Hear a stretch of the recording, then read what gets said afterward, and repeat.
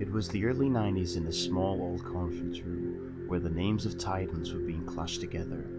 Three men of Dark Horse Comics were pitching their opponents up against DC for a versus series up until the time came where the names no longer continued to flow. A man known as Chris Warner adventured to the porcelain throne of solitude where brilliance had struck.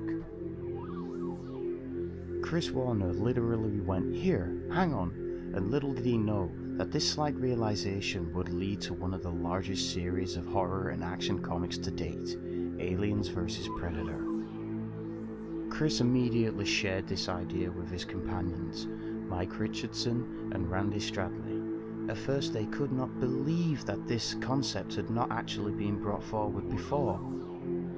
Dark Horse had published Alien comics since around 87, and 88 they had also started to publish the Predator comics, so it made perfect sense, and with around 20 minutes of pitching ideas to one another, they were on the phone to Fox Licensing. With the words Aliens vs. Predator, they were countered by the words King Kong vs. Godzilla. Cool. Chris Warner, who is editor and artist of Dark Horse Comics, quotes from behind the scenes and featurettes Prepare for War and Fight, the making of AVP 2 Requiem. At the time, I think DC Comics contacted us about some crossover work. I took a bathroom break, and whilst I was there, I do my best thinking. I guess it just occurred to me, wait a minute, Aliens is Fox, Predator is Fox, and why don't we cross those guys over? It occurred to me that if you were a hunter and you had spaceships that you could go around the galaxy in, there probably wouldn't be anything much more challenging to hunt than aliens. But I remember from the first Alien film that they'd sort of given the idea that these things were just incredibly adaptable.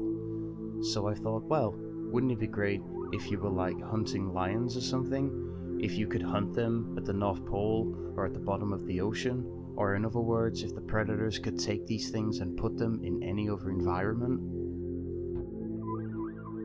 As many of you know from the infamous trophy case in Predator 2, the skull of the xenomorph is stashed away in there, and many people do believe that this is actually the starting point for the AVP franchise. However, that's not quite the case, with no pun intended. During the filming of Predator 2, Stan Winston and his team were on set to create all the costumes and props, and actually at the time Stan realized that there was quite a lot of props left from the Aliens movie, so he used the head as a basing point to create the skull. When him and his team put the skull into the case, it really was just a huge nod to the already published comic.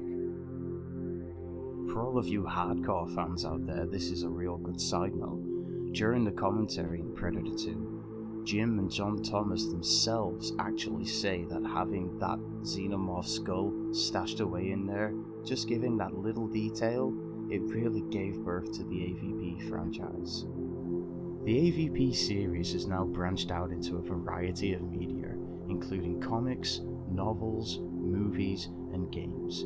The Alien vs. Predator comics is well established to the fans of the franchise, so let's go take a look and explore the novel, Prey.